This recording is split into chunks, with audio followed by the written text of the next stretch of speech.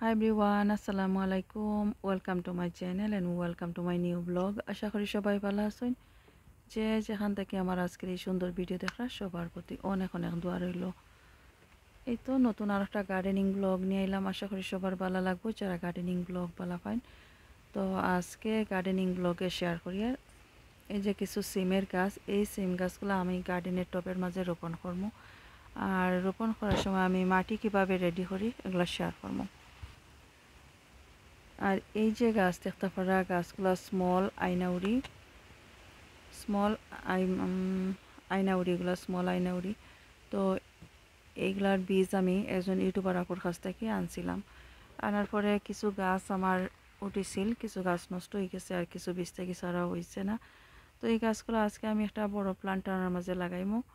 আর এই যে দেখতে পারা এগুলো আসলে আমার গড়ের বীজ, লাস্ট ইয়ার কিছু বীজ রাখছিলাম আমি, এই বীজ থেকে চারা করছি। তো এগুলো আমি আজকে টবের মাঝে লাগাইমো। তো কীভাবে লাগাইমো শেয়ার করবো, আর মাটি কীভাবে এখন রেডি করে নিয়ে আর এগুলো দেখাই আমি এখন। আশা করি সবার ভালো লাগবো। আর যদি ভালো লাগে please please like share and comment করবা। যারা অলরেডি সাবস্ক্রাইব করছেন থ্যাংক ইউ সো মাচ।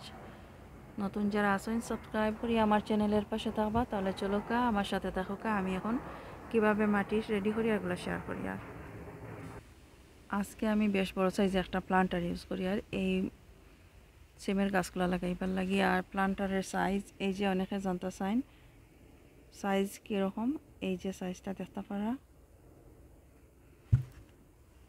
আর এখানের মাঝে বেশ কিছু মাটি আমি আনছি, লতানো যে কোনো গাছ লাগাইবার লাগি প্রচুর মাটির দরকার হয়।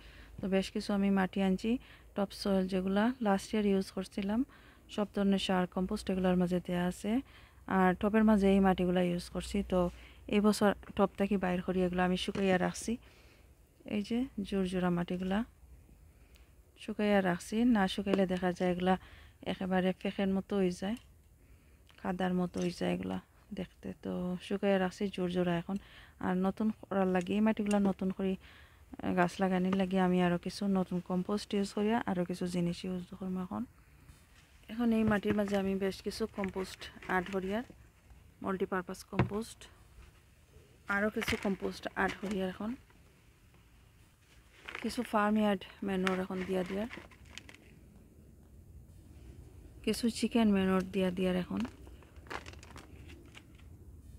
কিছু বন মিল আমি অ্যাড করি, আর কিছু গ্রোমর দিয়ার এখন অল্প পরিমাণে এপসম সল্ট ইউজ করি। আর এই যে কিছু চায়ের পাতা, যে চায়ের পাতাগুলো আমরা খাওয়ার পরে ফেলাই দিই, এগুলো না ফেলাই আমি শুকাইয়া রাখছি।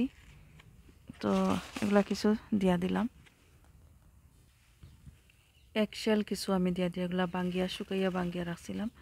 তো ওগুলা দিলাম, সব কিছু আমি একসাথে মিক্স করি নিয়ে আর মাটির সাথে যে কম্পোস্ট সার দিলাম যেগুলো দিছি ভালোভাবে আমি এগুলা মিক্স করে নিয়ে এখন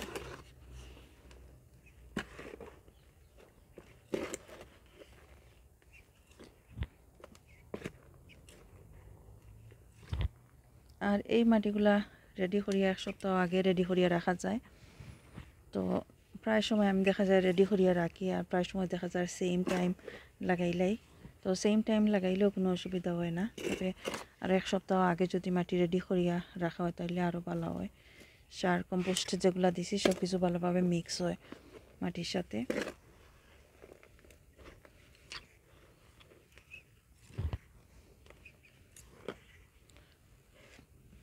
তো আমি এগুলো মিক্স করিয়া নিলাম।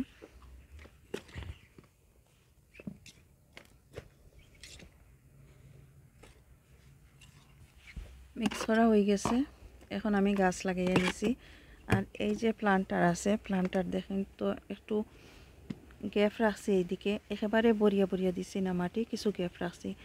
গাছের মাঝে যখন ফুল দেওয়া শুরু হইব, বড় হইব, ফুল দেওয়া শুরু হইব, তখন আমি আরও কিছু সার কম্পোস্ট দিয়া দিব। আর যদি একেবারে এতটুক পর্যন্ত মাটি দিয়া দিই তাহলে পানি দিলেও দেখা যায় উপর দিকে পানিগুলা পড়ি যায়, পর্যাপ্ত পরিমাণে মাটির মাঝে পানি লাগেন না। তো উপর দিকে পানি পড়ি যায়। আর পানি দেওয়ারও একটা সুবিধা আছে, আর নতুন করে যখন আবার সার কম্পোস্ট দিব তখন আর একটু স্পেসের দরকার হয়। তো এই কারণে আমি পুরাপুরি বড়িয়া দিছি না, কিছুটা জায়গা স্পেস রাখছি এদিকে। তো এখন আমি এখানের মাঝে গাছ লাগাইয়া নিমু।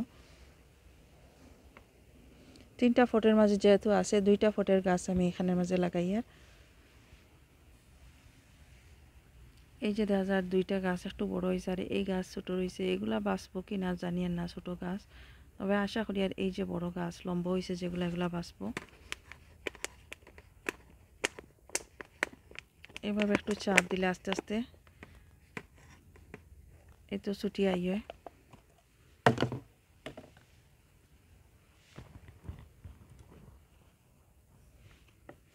এভাবে রাখি দিলাম। বিসমিল্লাহ।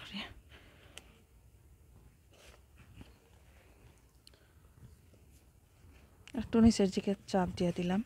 আর এখন এই সাইডে আরও কিছু গাছ লাগাইয়া নিমু, তবে বেশি যদি স্পেস থাকে তাহলে দেখা যায়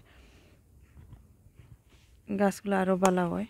তো আসলে আমি যে জায়গাত লাগাইতাম এই জায়গার মাঝে তেমন একটা স্পেস নাই, তো এই কারণে চাই আর একটা প্লান্টারের মাঝে কিছু গাছ লাগাইয়া নেই।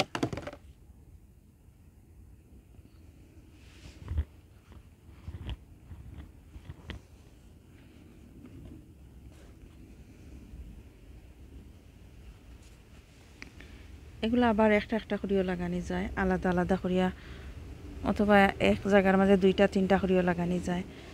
তো যেহেতু আমার অনেকটা ফটের দরকার হয় আর জায়গারও দরকার হয়, যে জায়গাত লাগাইনি হয় গাছগুলো একটু রোদের দরকার হয়, রোদ না থাকলে আবার দেখা যায় গাছগুলো নষ্ট হয়ে যাব। তো দেখা যায় প্রায় সময় আমার গার্ডেনের মাঝে রোদটা একটু কম থাকে, তো আমি চাই না যে বেশি ফট দিয়া দিতাম, যে জায়গার মাঝে রোদ থাকে অল্প কিছু ফট আমি এখানে দিয়া দিই। অলরেডি কিছু গাছ আমি লাগাই লেছি, তো একটা ফটের মাঝে এগুলা দিয়া দিলাম। আর এখন আর কোনো ভিটামিন সার ফার্টিলাইজার কোনো কিছুই দিতাম না 2 সপ্তাহের মাঝে। 2 সপ্তাহ পরে আমি কিতা ইউজ করবো, গাছের গোড়ার মাঝে এগুলা দিয়া দিব, যেগুলা দিমো আর ইউজ করবো এগুলার একটা ভিডিও অন্য একটা ভিডিওর মাঝে শেয়ার করবো। আর এখন এই গাছগুলো এইভাবে রাখি দিমু যে জায়গাতে একটু রোদ আছে এই জায়গার মাঝে আর মেইন জায়গার মাঝে। আর এখন আমি মাটিগুলা রেডি করার লাগি এইখানের মাঝে আনছি এই টব, আর লম্বা আরও স্টিক দিয়া দিমু এই গাছের মাঝে। এই যে বড় টবের মাঝে অলরেডি কিছু গাছ আমি লাগাইছি, এগুলো আমার গড়ের লাস্ট ইয়ারের বীজ। আর এইখানের মাঝে আছে দেখা যায় তো 2 ধরনের গাছ আছে এখানে, কোনটা কোন ধরনের আসলে এগুলো আমি এখন জানি আর না কিরকম লাগাইছি, আসলে লাগানোর সময় মনে আছিল এখন আর ভুলে গেছি। তো মাশাআল্লাহ বেশ সুন্দরই এই গাছগুলা বড় আর এগুলো বেশ লম্বা হয়েছে। এখন পর্যন্ত এই গাছগুলো লাগানোর পরে এখন পর্যন্ত কোনো সার ফার্টিলাইজার দিছি না, প্রায় 3 উইকস হয়ে গেছে। তো এখন দিয়া দিমু এই গাছগুলোর মাঝে 3 উইকস যেগুলো রয়ে গেছে এগুলো দিয়া দিমু এখন, আর অন্য একটা ভিডিও শেয়ার করবো। তো যদি ভালো লাগে আমার আজকের এই video please like share and comment করবা। যারা অলরেডি সাবস্ক্রাইব করছেন থ্যাংক ইউ সো মাচ। ভালো থাকুক সবাই, এখানে বিদায় নিচ্ছি, আল্লাহ হাফেজ।